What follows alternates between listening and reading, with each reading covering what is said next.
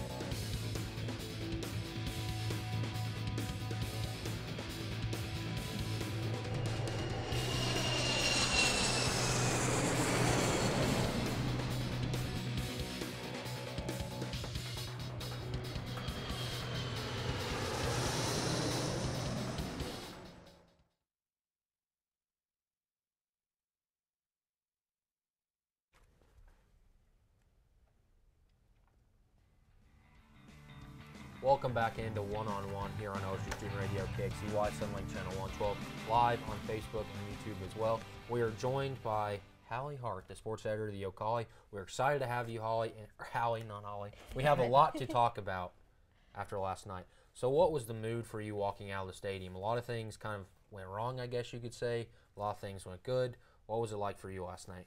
Yeah, so definitely various feelings about that game. I think there's no question that the group of running backs OSU has is strong, so that was the main highlight of the game. There were kind of different opinions about Taylor Cornelius. You know, he made his first start at quarterback after being Mason Rudolph's backup, just kind of standing in his shadows for the seasons before. And it was different because, you know, of course, when I was sitting up in the press box, I was following Twitter, and so I was seeing reactions from media members, reactions from fans, just kind of everything. And you had a little bit of everything. You know, some people, as soon as Taylor Cornelius made one mistake, they were harsh to say, like, oh, are we going to put Drew Brown in, or what's going to happen now? And then some media members, you know, were just more like, be patient. And that was the vibe that Gundy gave off. He actually said after the game, he was like, be patient, he's new. So we'll just see how it goes. There were definitely some ups and downs, but my overall thing to say would be it's kind of hard to tell just how good this Cowboy team is at this point, because Missouri State was an opponent. It honestly was an easy opponent for them to beat, so it's going to be really interesting to see when they're tested with an opponent that's more at their level, what they can do. Yeah, Cornelius did go 24 for 34, threw for 295 yards, 5 touchdowns and 1 interception. I don't think I've ever seen a guy throw for 5 touchdowns and be criticized after the game, but he did make plenty of mistakes, maybe some nerves. He hasn't played since his senior year of high school. Logan, you watched the game. I mean, when you saw those mistakes start to pile up, were you kind of on the social media wanting to, you know, bring in Drew Brown? It's like, this is not good, even though you're up 24 points. Yeah. Did you want to make a change, or were you just like, it's the first game of the season? I did want to see Drew Brown, not because Cornelius was out there, you know, missing wide open receivers or anything like that. I wanted to see Drew Brown because I want to see Drew Brown play. And they said for a long time they want to save those 4 games that him and Spencer Sanders can play. And obviously Missouri State's not the one. I don't think South Alabama's the one. I think if we're going to see Drew Brown at all, it's going to be against Boise State early in the season. So, yeah, I want to see Drew Brown, but not for the reason of social media. I've kind of lost a little faith in Cornelius because of all the mistakes he made early on. But, I mean, there's promise there. Like you said, it's his first big game since his senior year of high school. Yeah, there was a lot of mistakes, especially that interception that he threw, underthrowing McCleskey in the end zone. Yeah. I mean, he was wide open. And he was close to having 2 or 3 interceptions, too. I mean, yeah, and on that interception alone, I mean, he looked off 3 or 4 guys that were wide open that they could have scored. But at the end of the day, you can look back on this as a 58-17 win and be as critical as you want, but they still won. But after the game, what was the mood from Cornelius and Mike Yursich and head coach Mike Gundy about Cornelius' performance? Yeah, well, like I said, Gundy, I mean, he didn't try to pretend that Cornelius did better than he did. He admitted that he thought he had some jitters before the game, kind of needed to get that out. Just the nerves, of course, like you said, of taking the place of someone as good and as loved by the fans as Mason Rudolph and having the pressure of going out there. Of course, he's going to be nervous, and Gundy acknowledged that, but he also did give him credit, and I think he kind of tried to calm down the fans who were already getting worked up about Cornelius or already blaming him for things, you know, by saying just be patient with Cornelius. And Yursich was kind of the same way. And then Cornelius after the game, you know, it's kind of tough to know exactly where his mind is because he's a pretty quiet guy. He doesn't say that much in interviews. But, I mean, I think he was just maybe a little nervous during his first game, but I think it's going to be interesting to see what happens later on. And the thing about Cornelius is he does seem like one who, even if he's nervous inside, he seems pretty level-headed. He never really gives off that much of a vibe like he gets angry or anything like that. So I think he's definitely one who will be able to improve in the future. And the important thing about him is, like Gundy said, he knows the system. He's been around for a while. He's learned from Mason Rudolph. So I think he does have potential, but I think it's just a matter of him kind of getting those nerves out. But like Logan said, I do want to see Drew Brown play too because I've heard that he's really good. So I would like to see him get on the field at some point. And one thing we've all kind of heard, I think, about Taylor Cornelius is how much of a big arm he's got. People said he even had a better arm than Mason. Have you seen any of that, you know, or heard anything about that? And do you think we're going to see more of that next week? You know, kind of get the jitters out of the way this week, see some big stuff next week? Maybe. It'll be interesting to see what happens for sure, too. And, you know, the thing about Cornelius is he's also a running quarterback when he needs to be. So that he does have some versatility there. But I don't know. As far as the whole, is his arm better than Mason? I just don't know about that. I can't say I've seen it yet, but that doesn't mean that he doesn't have that in him. So I'm just not really sure about that right now. Well, to stay on the quarterback position, you know, he played well enough at the end of the day, the whole team did, to bring in another quarterback.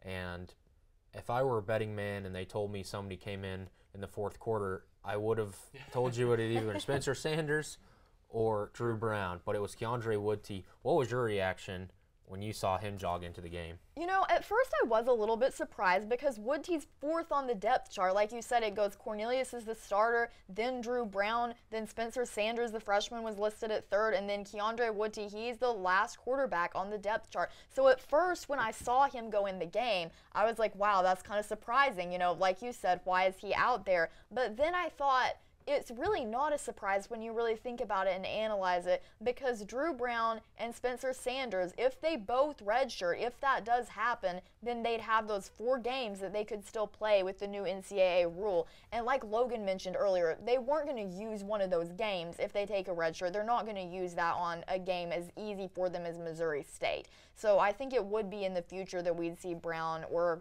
Spencer Sanders. So honestly, it kind of makes sense that he put Woodtee out there, and that way he doesn't let Cornelius get too tired in his first game either. Yeah, I mean, they had 732 yards total offense, almost broke the school record, which was set last year against Baylor. So I don't know if they didn't want to do that against Missouri State, but they didn't seem like they wanted to break the record, especially after the game. So what was, you know, with the running game and the way Cornelius played, if they don't have that running game, it is definitely a different game. So for sure. How confident were you? You know, the Justice League, as Robert Allen calls it, that backfield. There's 4 or 5 guys there that you don't want to play. So what was the running game like for you last night? Oh my goodness. You know, of course, all the hype was surrounding Justice Hill. I know our O'Colly football preview, Justice Hill was on the cover. It said Justice is served. Everything's all about Justice Hill. And he proved himself. He proved that all the hype was worth it, which he'd already proved himself last season, of course, being such a dominant running back. But then this season, he said that it was going to continue. But I think it's important that just because Justice Hill received so much attention doesn't mean that you can forget the other running backs too, because it is a whole, whether you call it Justice League or whatever you want to call it, it is a whole group of running backs, really. You had, I'll tell you who I was really impressed with was Chuba Hubbard. He did a fantastic job. He is fast out there. When he took off, I couldn't believe it. And then he's also got some versatility. He can catch too. So I was impressed with him. Of course, you got J.D. King out there and LD. They all did a good job. So the running game is key for the Cowboys for sure. Yeah, and Chuba Hubbard, quick stat, had 3 receptions for 65 yards last night. He was our second best receiver if you just go by the stats. So, I mean, definitely like a dual threat kind of receiver. And I've kind of been interested to see what they do with maybe Justice and Chuba out there together in the backfield, you know, get some play action involved, maybe free up Cornelius that way. But like you said, this stable of running backs we have, it's 4, maybe even 5 deep, and all of these guys could play on just about any other team in the Big 12. I mean, I think we're going to see a change in the offensive style. You know, last couple of years with Mason and James, it's been air it out, you know, kind of throw it deep, you know. But I think we're going to see more of a ground and pound kind of deal. And we kind of saw that last night. That might have been because they were being conservative, didn't want anyone to get hurt. But I think that's what we're kind of looking towards. Yeah, I really agree with that for sure. I think that's what it's going to be out there. And yeah, that Chuba Hubbard stat that you mentioned, that's interesting because, you know, his first career touchdown was on a passing play. So that's the thing is I think he could be an effective receiver at times if he needed to be too. Yeah, and Justice with the 122 yards, he had 100 yards in the first quarter, and that all came almost on one play with the 92 yards, which you don't get many 92-yard plays without a touchdown at the end. He was very, very close. But what is it like when you're going to go into Big 12 play, and it's going to be completely different than Missouri State and South Alabama? So as we're talking about, it's going to be a different offense, but do you expect them to kind of trust Cornelius? Obviously, he's going to have to prove himself next week against South Alabama because with Boise State, that's a huge game, and he can't play the way he played last night against Boise State. So do you think we'll see the same thing next week, or them kind of say, listen, Taylor, you have to open up, you have to be better and try and pass?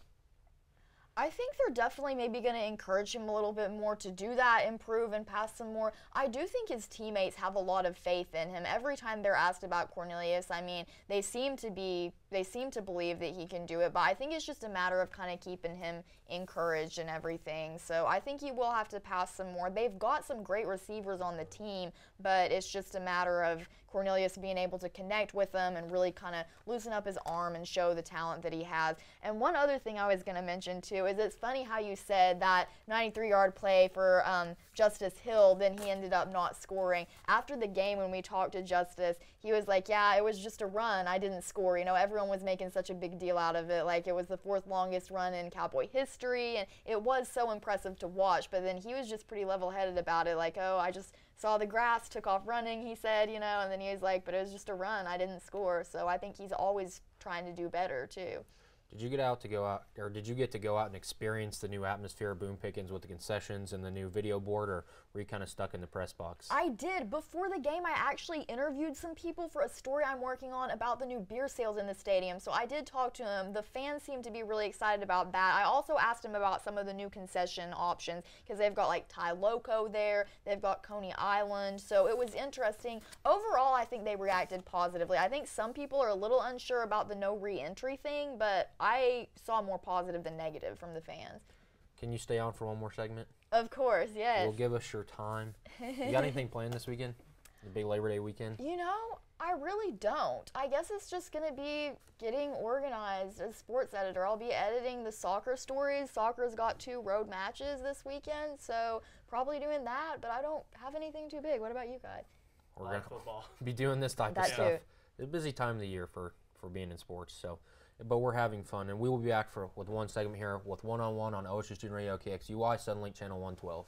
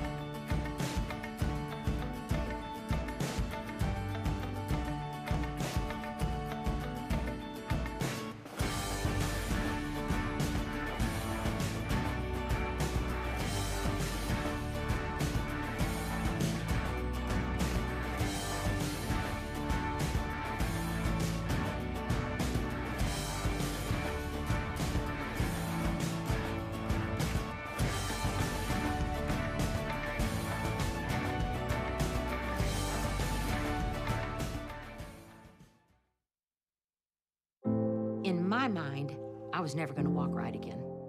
Before we were through, we had walked 23 steps. And that was my first steps of freedom. This patient is saying thank you.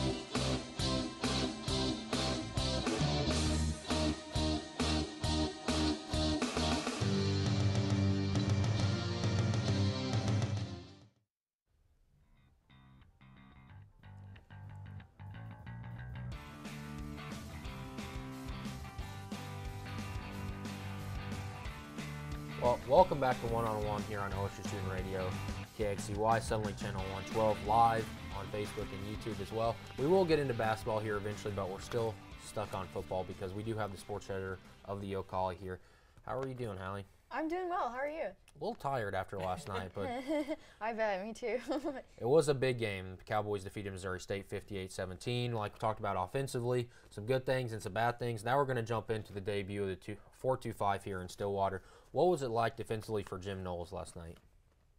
You know, I think I actually didn't get to talk to Knowles after the game. He was available for interviews, but I was writing my story on deadline. Mine was focused on the running back, so you could honestly ask Wade Haugen from the Ocala more about that. He did the defense-focused story. But I will say from watching the defense, I think that Jim Knowles' new 4-2-5 scheme is going to be pretty effective. Of course, they weren't perfect. I mean, they didn't shut out Missouri State, but I think overall they had a really solid debut. You had 4 different Cowboys got sacks. You had people like Calvin Bundage out there who I really feels like embodies and really embraces that aggressive defensive mentality that Jim Knowles is trying to implement. And he got a sack, and then you saw his celebration out there. You know, that really, I think, got the defense pumped up and got him going. So I think there's a lot to see from this defense and possibly some definite improvements from seasons before. Yeah, it's kind of difficult to sit here and criticize these things. You know, they only gave up 260 yards. They created 2 turnovers and only allowed 17 points. But it's kind of like the offense. You just want it to be perfect because you've waited so long to see them play. It's been a long time since the Camping World Bowl. So you just have to sit here and criticize. We've been talking about all this preseason stuff, so we finally get a game to talk about. But there was a few drives where Missouri State just gashed them and did whatever they wanted. So that is a little bit of concern, but like I said, they only allowed 260 yards. But on those drives that they kind of moved at will, was it, you know, just a lack of energy, like that they thought that they were up, or what was going on there in your mind? Yeah, I don't know if it was really a lack of energy, but I mean, I think, of course, anytime that you're working with a new system, it's not going to be perfect. Like, there's going to be moments like that happen, and I think it's just kind of a matter of the guys all really getting on the same page and really locking into that new system. And, I mean, just any game, there's going to be yards that they give up. Missouri State, they did have those moments, like you said, where they just kind of go. Like, they definitely didn't give up, but I think that overall OSU did a really good job of flustering their quarterback, especially because he was sacked 4 times. But I know Wade wrote that number 4 sacks doesn't really show all that the defense did, and it didn't, because even when he wasn't getting sacked, you know, he was just trying to avoid them. He couldn't really get much of anywhere. So I think even with the few times that they did let Missouri State kind of go on a run or score, I think overall they did a good job. Yeah, I was impressed at the end of the day, but you know, we keep talking about this Boise State game, which is a huge game at 2:30 in 2 weeks, but you still have South Alabama. Have you heard anything about this South Alabama team? You know, I haven't heard much. I've heard that it could be another easy victory, kind of like this Missouri State one, but I feel like those are also the kind of opponents that you can't overlook, because sometimes if you look in the Cowboys' past, sometimes it's the teams like that everyone thinks it should have been easy for them to defeat, that they just kind of let that team slip past them. So I definitely think every game that comes along on their season, they can't overlook it. They can't take it for granted and say it's going to be an easy one. I think they really just need to be locked in every week, and I think Mike Gundy's going to make sure they are. Yeah, I think everyone in this room, most of the people in this room anyway, remember a couple of years ago when Central Michigan came in here and that was supposed to be Logan, why did you bring that up? I had to prove Hallie's point. You can't look over these like early non-conference games because they'll come in and get you. That's a good point. You know, I wasn't going to name drop that game. That's why I just said looking at the Cowboys' history. But, you know, that's we one all of them know for it's sure. there. You didn't react like that when she said that. I had to get that out of you, man. It's just like it hurts. It's like a That's my physical job. pain. That's my job. Well, I'm going to put you guys on the spot here. Because, Logan, I'm not happy. You've hurt me. It's been a rough day, and you've hurt me. It'll never be okay, ever. It'll be okay on Monday. No, it won't. It'll never be okay. That game will never be okay. Yeah. So, the game's over. Give the team a grade. Like your professor, as Hoffman would do. Yeah. Let's sit here and put your professor hat on and give.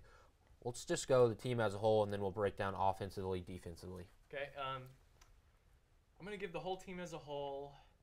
I'm trying to think like Shane.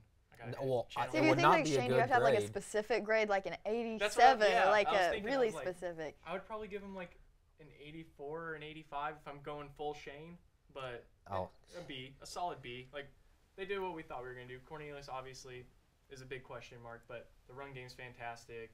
I think the quarterback situation's gonna get fixed pretty soon. It's like we keep saying, it's his first meaningful game in 5 years, and the chemistry with the receiving core wasn't great. I docked him for that. I'm really going Shane. I'm describing all of my. I was gonna say be a really tough grader if we're going full Hoffman in here. Special teams gets like another, that's like 20 points almost off. That's where most of the points. That's a jump cut. You drop a letter grade right there with special teams. The special teams was not impressive last night. It was a problem all last year. I mean, the punting was a little bit better, I guess, but they still had the penalties. Still, and Stoner had a couple decent returns that were brought back by. Blocking the backs that just didn't need to happen. They weren't even crucial to the play.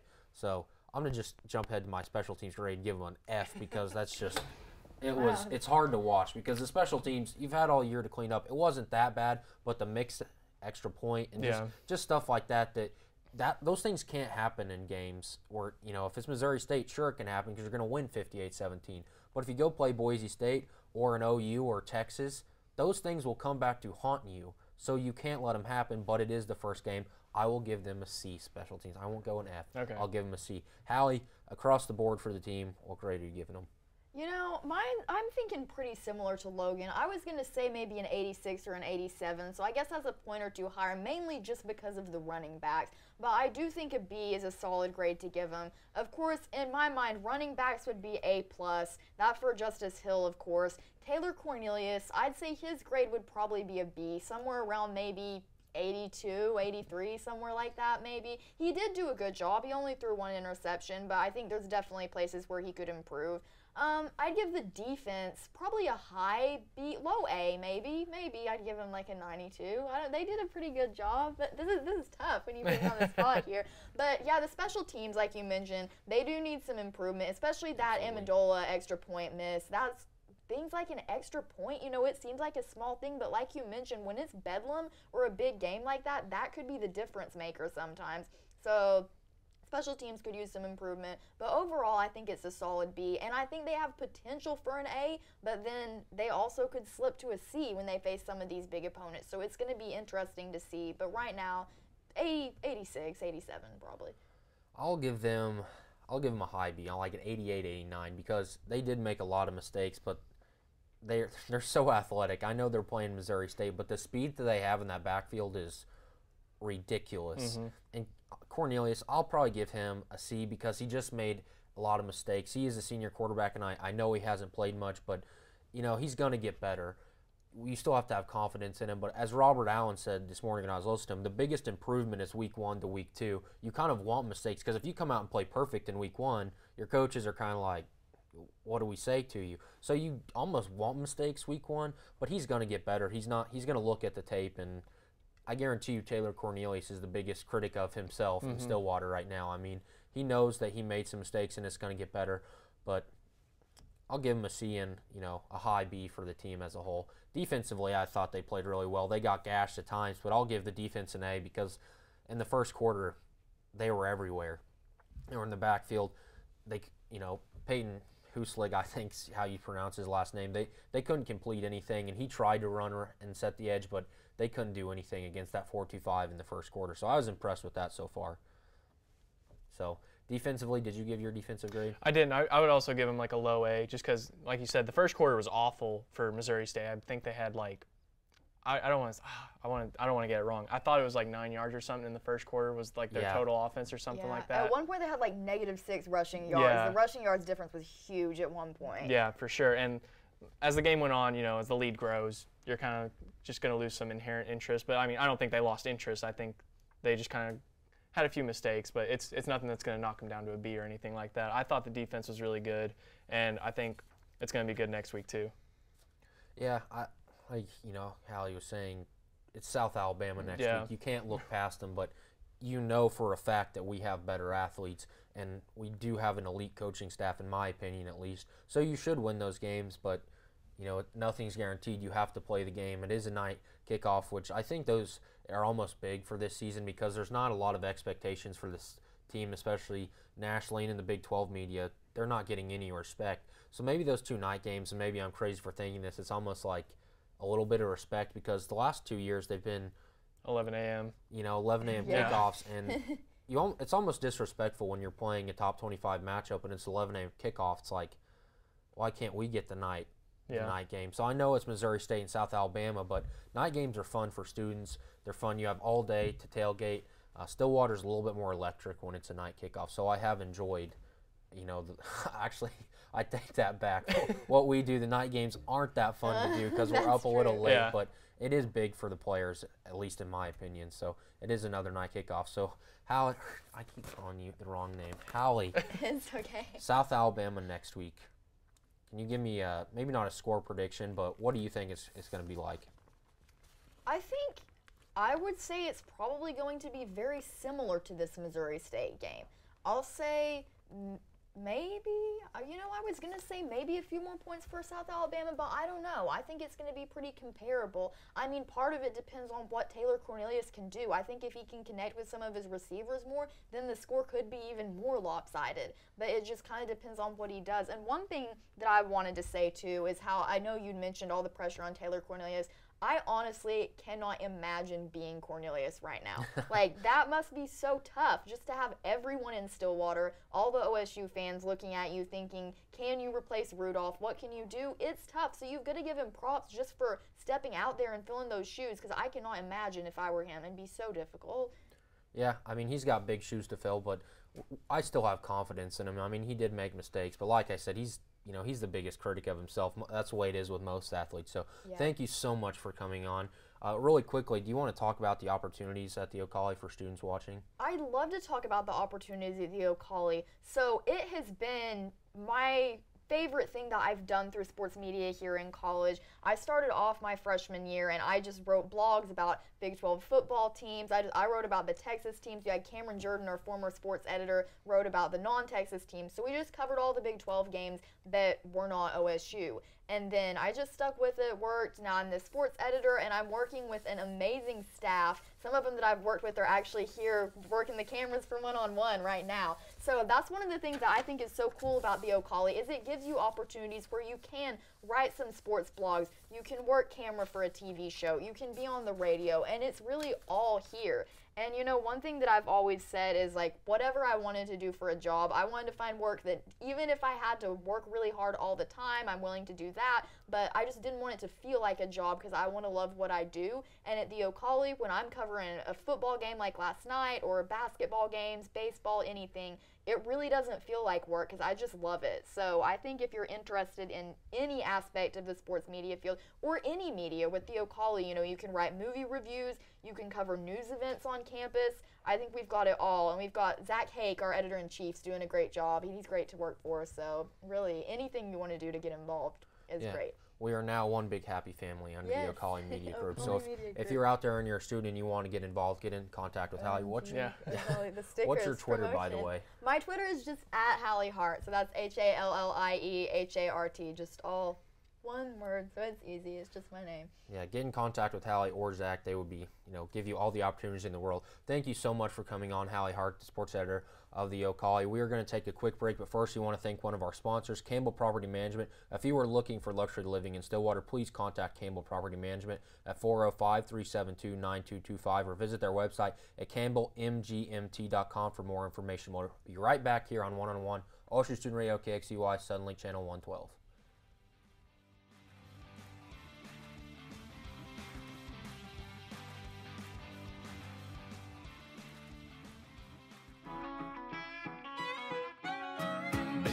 Since the crack of dawn, just trying to get paid.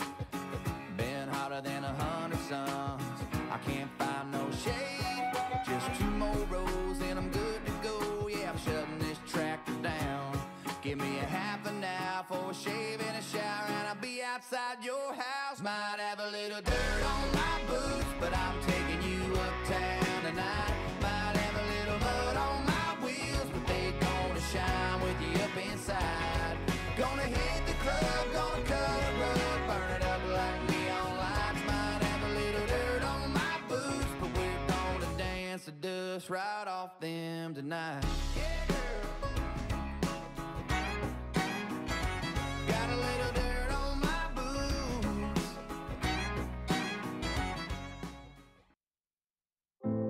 When you have a team of physicians and nurses that really truly care about their patients, that translates into patient care. It's a small practice, it's a small town. Everybody really takes that time to put the patient first. Everybody cares what's happening to me and that I'm making progress and I'm gaining my freedom back and my mobility back. This patient is saying thank you.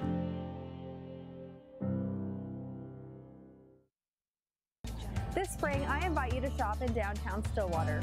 Downtown Stillwater is home to locally owned shops, boutiques, eateries, and dependable professionals that you can trust. Find the perfect gift for your graduate, have a delicious meal with mom, or just stop in to enjoy great spring savings. By creating a demand for local goods and services, you can ensure a place for the local businesses that help give our community character and keep it unique. On behalf of Downtown Stillwater, thank you for shopping local.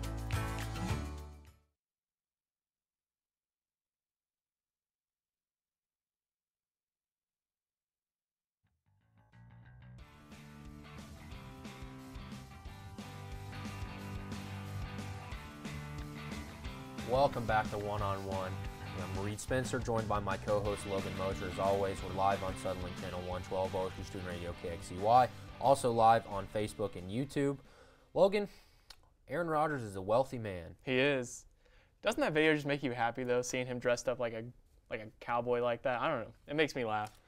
If I had a $180 million contract, I would not be dressed like that, but... Would you have a mustache like that? If I could grow one, yeah. you could give me all the money in the world. I can't grow that mustache. You could probably pay someone to grow you that mustache. Grow it? Science can do anything, Reed. Science has come a long way. If you're worth almost $200 million, I guess, but like we say all the time, we're worth about $12. So yep, combined. That's not happy. I'm a little disappointed in you because you're not dressed like that today. That outfit's in the dry cleaner for me. You want me to wear it on Monday? Wear it on Monday. I'll bring it on Monday. By the way, everyone, you'll be at home for Labor Day. We will be live here at 2:30 on Monday here on One-on-One, live from the beautiful 318 studio here in Paul Miller Journalism Building. So back to, Aaron Rodgers. He's a very, very wealthy man. Actually, we'll get into just how wealthy he is. 4-year, $134 million extension. The deal could be worth up to $180 million, $103 million guaranteed, and he's going to be getting a $67 million check by the end of the month. So if you're friends with Aaron Rodgers, you're going to have a very nice Christmas present. He's buying dinner tonight, that's for sure. God, that's crazy. Yeah, that's a lot of money. He deserves it, though. He deserves every penny of it. He's totally earned it. I mean, well, Tom Brady's the most accomplished quarterback in the league, but I think right now he's the best quarterback as far as he can make plays inside and outside the pocket. He can make deep throws. He can make any throw you want him to make. I mean, he's a bad man. He has the best accuracy and arm strength overall. He's the best pure passer in the NFL right now. I know Drew Brees is getting older, but he still has a rocket arm. But, the 4 reasons Tom Brady's will always be better than Aaron Rodgers is Super Bowl, 2, 3, 4, and 5. I mean, Aaron Rodgers is never going to compete with Tom Brady at any level of anything, ever. That's just putting that out there. But Aaron Rodgers does deserve this money. But I'm worried for Aaron Rodgers because, yes, he's worth all of this money, and he is one of the most well-known athletes in the country, but the Packers can't get anything for him. I mean, I know they got him Jimmy Graham, but Jimmy Graham hasn't been the same since he left New Orleans. So, I'm happy for Aaron Rodgers. You're right. He does deserve it. But what is there around him to truly make a difference? I mean, what's going to change in Green Bay? I mean, if anything's going to change, it's got to be the defense. I mean, I think they did a good job drafting this season, this past offseason. I think they did a good job building up their defense with solid rookies. Devontae Adams and Jordy Nelson have to, or Jimmy Graham, sorry, not Jordy Nelson. Jordy Nelson's in Oakland now, but those guys really got to step up on offense because, the running game's not great there. The backup quarterback situation is awful there. Brett Hundley lost his job to Deshaun Kaiser for what that's worth. That's worth. Yeah. So, I mean, if they have another season like last season where Aaron Rodgers misses, I believe he missed 8 or 10 games or something. He didn't play a lot. But, yeah, they have to bet it all on Aaron Rodgers. And, I mean, I think that's a smart bet. Well, yeah, it's like the Odell Beckham deal like we talked about. You have to pay him. I mean, what are you going to trade Aaron Rodgers? A team could send you their entire roster and it wouldn't be worth it because he is the best quarterback in the NFL at the end of the day. But, who's going to throw to? Like, Jordy Nelson's gone. Yeah. Devontae Adams. It has to be Devontae Adams. And not to get too much into the Packers as a whole, I don't know why Mike McCarthy still has a job and why these front office guys. And Green Bay's an interesting, front office and franchise situation. Yeah. But former host of Border Battle and our friend Jordan King. He called in. I talked to him, and he thought it was a good deal. And the way they moved their money and front-loaded it and all this stuff, they do have room to still sign some guys. Like, I know there's been some rumors about them trading for Khalil Mack, which having those two contracts on the book would be worth more than, like, the state of Wisconsin. That's a lot of money. So it's worth more than all the cheese. Yeah, that's a lot. You can buy a lot of cheese heads with $134 million. What would you buy if you had $67 million getting direct deposit into your account by December? What would you buy me for Christmas? A mug. It's mug? It's got the one-on-one logo on it. You don't get to stay rich by spending all the money you make. It's $134 million. You can splurge more than a mug. I'll get you a nice mug. I'm a good co-host. Yeah. Okay, I'll get you 2. You know what? I was going to say, I'd probably buy you like a private jet so you could come see me whenever. But you're lying. No, I'm not. You're lying. I'm not. Everyone here. I wouldn't want you to buy me that. I would want you to save that money. Lying. That's how much the show means to me, and you being my co-host, I'll buy you something really special. I'll buy you a go-kart. A go-kart? I'd rather have the mug. Okay. Jeez. That's a smart business strategy. You offer them something they don't want at all, they'll take your first offer. You're teaching the Spears School of Business up here, Logan. But Teddy Bridgewater, back to the quarterbacks in the NFL. Teddy Bridgewater got traded to New Orleans from the Jets, which went from not going to start to definitely not going to start. Yeah. He's coming off that gruesome knee injury. He is a little bit healthy. The Saints said that they had no interest in him in the offseason, but they saw, his progression and then the way he played in the Jets preseason. So they traded him for, they traded a 3rd round and Teddy Bridgewater for a 6th round. The Saints traded a 3rd round for Teddy Bridgewater in the 6th round. He's on a 1-year deal. What's the move here? I think it's kind of insurance. Drew Brees is he 40 or 41? He's old. Let's just leave it He's old enough. I mean, this is a solid, this is a nice piece of insurance because Teddy Bridgewater, like you said, he kind of impressed him in the preseason. And he's impressed me in the preseason, came back. I mean, I didn't think he'd ever play again after seeing that knee injury. I mean, he's made leaps and bounds in recovery. And he was a solid quarterback in Minnesota. Like, he's nothing special. Don't get me wrong. Like, he's much better suited to be a backup in the NFL than a starter, I think. But I think this is a good piece of insurance for the Saints. And, I mean, they don't really air it out like they used to anyway with Drew Brees. It's much more predicated on the run game kind of with Kamara and Ingram. But, yeah. Who's suspended for a little bit, by the way. So, on this lower third we have here says, does this open the door for Sam Darnold? The door was open anyway. Yeah, the door is slammed shut on Teddy Bridgewater being the starter in New York. a long time ago. But, yeah, so Sam Darnold is going to start for the Jets, and we'll see what kind of season he has. But, yeah, Teddy Bridgewater, I mean, going to New Orleans, he is in a good system with Sean Payton, coming from a defensive coach in Todd Bowles, especially with Mike Zimmer in Minnesota. So he's under an offensive-minded guy now in Sean Payton. So you would hope that Teddy Bridgewater could find a place where he could start, because he's certainly battled through a lot, but I don't know if it's still there. Yeah. We'll see. But he is on, I believe, a $6 million one-year contract with the Saints, and a lot of it's incentive-based, and he's not going to get any incentives unless, sitting on the bench and handing Drew Brees water is a part of his incentive contract. He's not getting anything.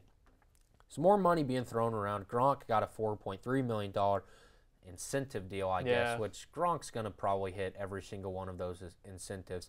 Now, I want to ask you, how much longer do you think Rob Gronkowski's truly going to play in the NFL? Man, if you had asked me this before the Super Bowl last year, I would have said 5, 6, maybe. Yeah, 6 would probably be my max. But, I mean, he hinted at retirement. It kind of seems like that whole deal in New England's kind of falling apart. So, I mean, watch him win the Super Bowl. Yeah, I know, right? But, I mean, I think we're looking at close to like 3, 4, 5 at the absolute max. Like, I'm going to say 3 to 4 years of Rob Gronkowski's left. I'll go with 2 years, especially if he has another injury. I mean, he hasn't really been able to stay healthy his entire career. I mean, he was hurt. He had the back surgery at Arizona in college, and there were some question marks when he went into the draft about how healthy he was, and he's been great. He's one of the greatest tight ends of all time. Yes. Yeah, he's played with Tom Brady, so Tom Brady can make a lot of people look good, but Gronk's the real deal. Yeah, he's a rare talent at the tight end position. So, and that's not a position you really see a ton of guys be as physical anymore like Gronk is. But he hasn't been able to stay healthy. I'll go 2 more years.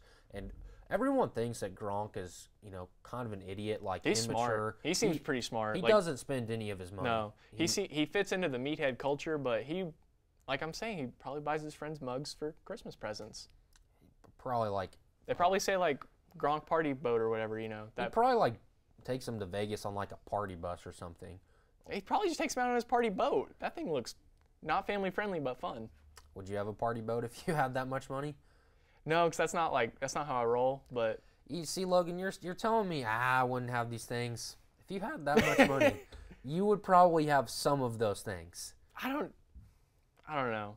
You would have a lot. The boat is tempting, but I don't know. See, I don't like water, so I wouldn't have a boat, but I would probably have like an obnoxious party bus, just drive around Stillwater and have a good time. Yeah. I'd still be doing this show if I was worth that much money, though.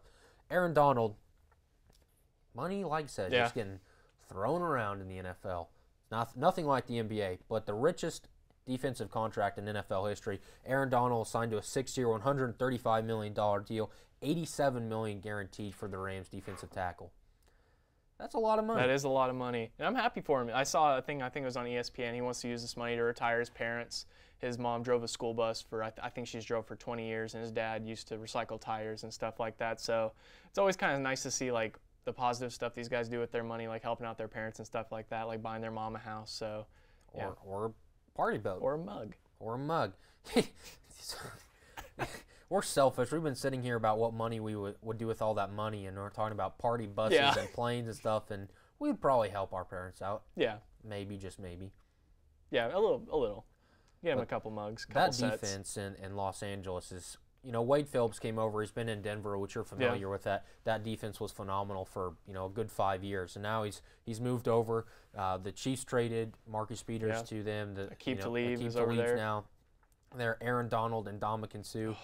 That is a tough defensive front and a very good secondary. Do you think that they're going to be maybe not the best, but maybe a top 2 or 3 defense this year?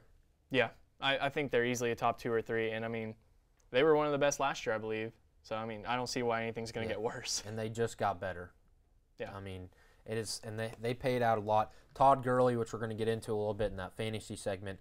Offensively, Jared Goff improved a lot from year 1 to 2. Obviously, he had a lot better coach, and Sean McVay, rather than Jeff Fisher, they got a lot better. But Todd Gurley, Cooper Kupp, they have a really good team in Los Angeles. So we do have to take another quick break really quickly, but we do want to thank one of our sponsors again. Please contact the Greenery. Janaea is back at the Greenery Hair Salon. Stop by 801 South Main Street here in Stillwater for your back-to-school $15 haircut special. And Flanagan's Footwear. Stop by Flanagan's Footwear for all of your game day gear. We have the widest footwear selection in Stillwater. We have brands such as Steve Madden, 9 West, UGG, and more. We will be right back here on One-on-One OSU Student Radio KXZY, Suddenlink Channel 112.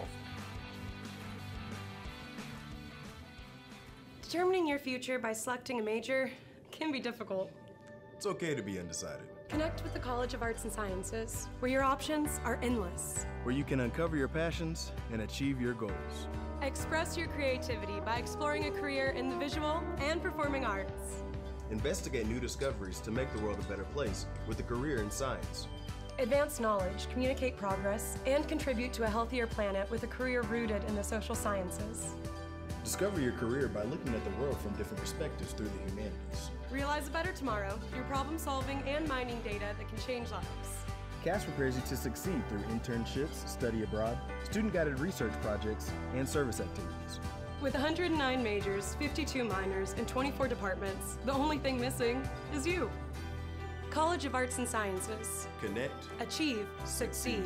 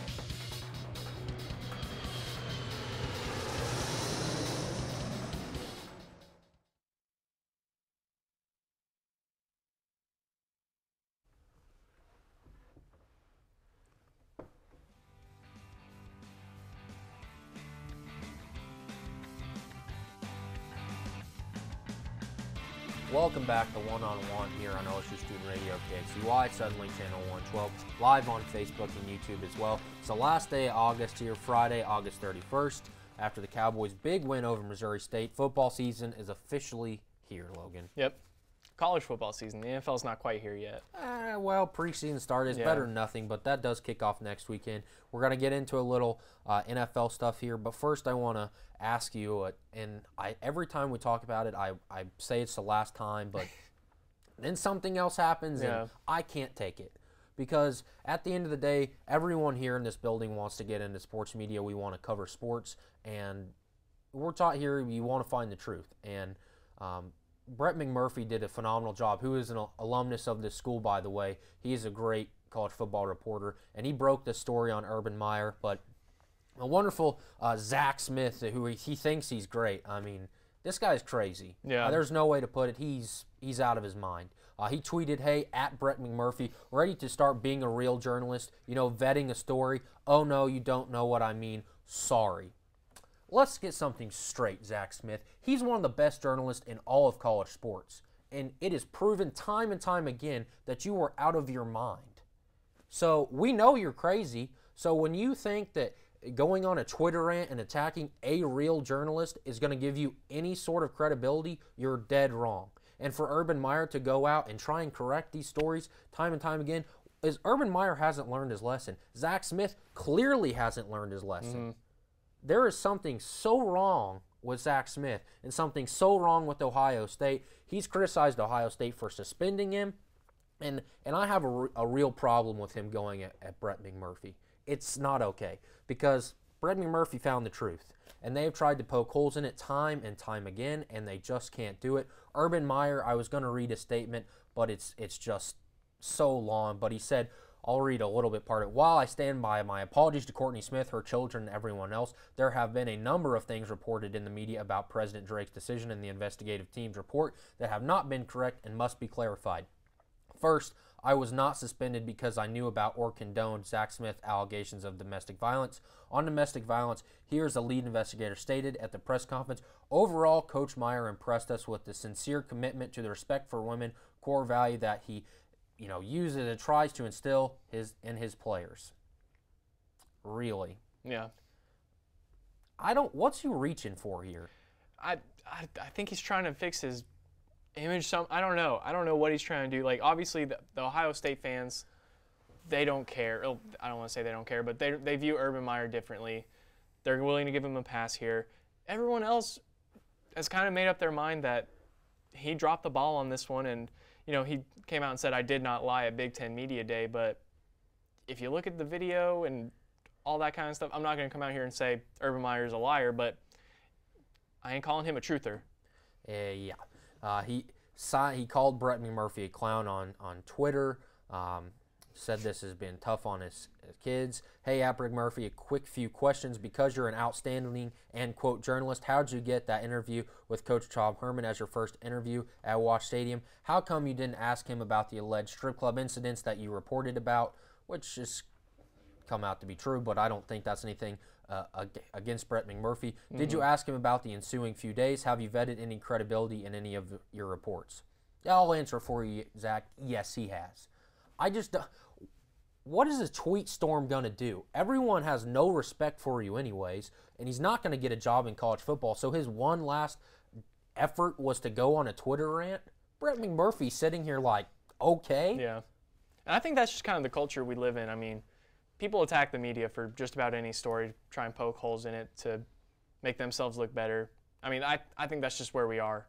And you see it right there with Zach Smith. Well, people want to blame what happened in the suspension and all those things on Brett McMurphy for reporting the truth, not for what actions that were done by Urban Meyer and especially Zach Smith. Now Brett McMurphy is, at least they're trying to make him the bad guy. But I can't say we're not going to talk about it again because it seems like every time I say that, a story comes out as soon as we get out of the studio. So, and if you want to look up these tweets, they're still on Twitter. So look up Zach Smith on Twitter and find out the truth, as Zach Smith would say. But I'm just going after Brett McMurphy and the job he did is a little ridiculous. And it's easy to see that he kind of has anger issues. Yeah. Because he's, I wouldn't do those things. Well, you're kind of going nuts on Twitter, so it doesn't help. It doesn't help your story. But some comments that were being made that are a little out there. Jalen Ramsey. Let's transition to a more of a happy topic, I would guess, because he is kind of saying some stuff that will ruffle some feathers out there. Are you okay with Jalen Ramsey mouthing off like Absolutely. this? I mean, that's kind of what cornerbacks do anyway. I mean, they're mouthy. That's how they try and get in people's heads. I mean, he's just putting this out there because he is I don't think he's going to play week 1. Is that correct?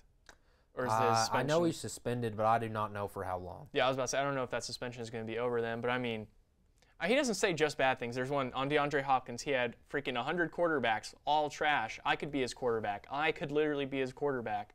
That's some praise. That's praise for DeAndre Hopkins, and he's praised other skill position players like some quarterbacks and stuff like that. So, I mean, it's not all bad, and I find it funny.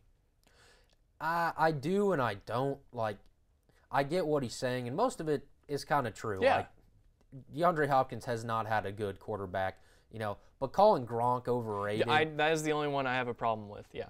Yeah, and Joe Flacco's not that great anymore, but he did lead the Ravens to a Super Bowl, so he has a ring. Jalen Ramsey does not.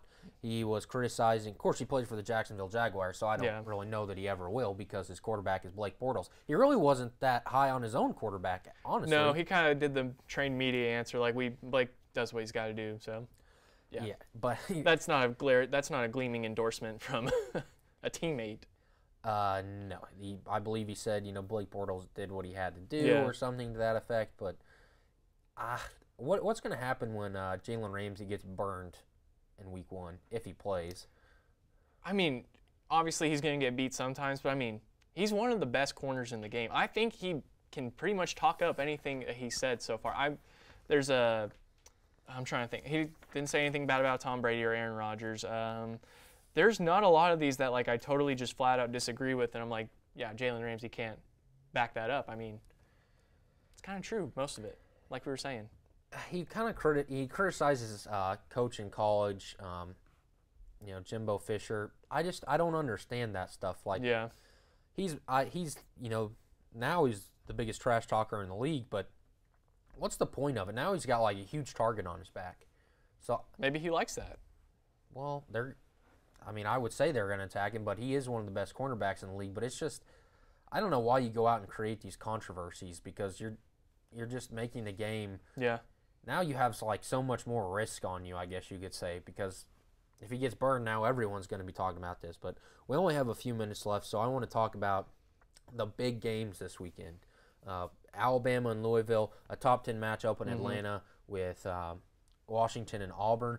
Is there any games that you're like absolutely going to watch this weekend? Like you're going to cut out time of your Saturday to watch that game? Obviously, Oregon State, Ohio State, that's not up there right now. But Michigan, Notre Dame, another one. That's going to be a key game to watch just because, you know, my love for Jim Harbaugh. But, yeah. Insane, by the way. He's a great dude. One of the best coaches in college football. Buy him a mug. I will. I'll send him a mug. You don't think he would drink some, like... He wouldn't drink, like, 2% milk or whatever milk. No, he would drink 2% milk while he drinks 2% milk. while he's eating his steak. Or no, I think it's whole fat milk. Either way. This guy is in his khakis. Oh, my gosh. Jim Harbaugh. They're going to lose this weekend in Notre Dame, by the way. No, they're not. Oh, I hope they don't, because I don't like Brian Kelly either. But it is going to be a good game. That is one of the other big games. So we do have to get out of here. Thank you guys for watching so much. We will be back live on 2:30 on Monday, Labor Day. So if you're home, turn us on. But thank you so much to Hallie Hart for coming on, the great crew around here, and all the help that we have doing this show. This is One on One. I'm Reed Spencer with my co-host Logan Mosher. We'll see you Monday.